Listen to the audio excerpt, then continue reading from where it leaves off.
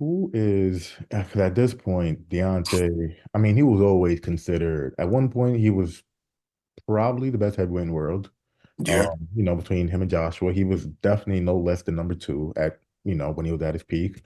Lost the fights to Fury. People probably viewed him as like either the third or the fifth best, somewhere around there. Lost those two fights. People probably got him like somewhere in the top 25 now. So yeah. like realistically, who the fighter that you guys or maybe you would be willing to target and be like, okay, we probably can't get like the really, really big names, but if we can get this guy, if we can knock this guy off, and it's probably really only going to take one fight for Deontay to like be back in the mix. Like, who is that guy? But you're just like, okay, let's fight this guy, let's knock him off, and we're back in the mix. A credible name. Um, who's out there, man? I could throw a few out at you. You have the loser of Bacoli versus Ajit Calio. You have Jared Anderson. You have Big Baby Miller. That one might be like my personal favorite, Big Baby Miller. Mhm. They got history. Yeah, maybe an Andy Ruiz, even though he's coming off the draw, but it really looked like he lost that fight against Big Baby Miller. But yeah, like, are any of those guys appealing? Maybe a Derek Chisora even. Yeah. What do you think? Every name you just said is appealing.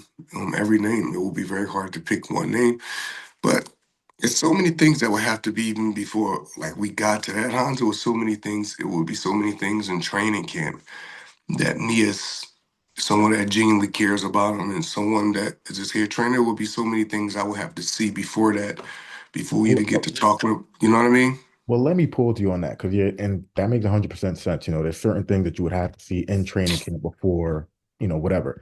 But do you have to dive deeper than that? Because like Mm, I've heard you say for like the last two training camps, Deontay looks as good as ever. And me personally, when I hear people say that, I'm a little bit skeptical of it.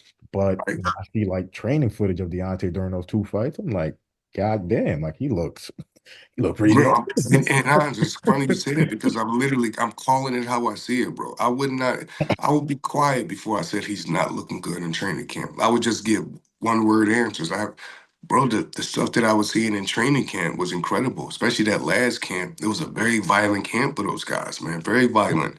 So what do you so is it more than training camp now? Because you've been down that road where you're just like, he looks phenomenal in camp, but like I've seen him look phenomenal on the mitts and doing Mm. workout stuff like that. Is it like a mental thing now? Is it like what is it past the training camp where you're just like, okay, Deontay's ready, I think. Yeah. Well, that's a tough question because it's all mental. I think you have to be mentally tough to have a good training camp.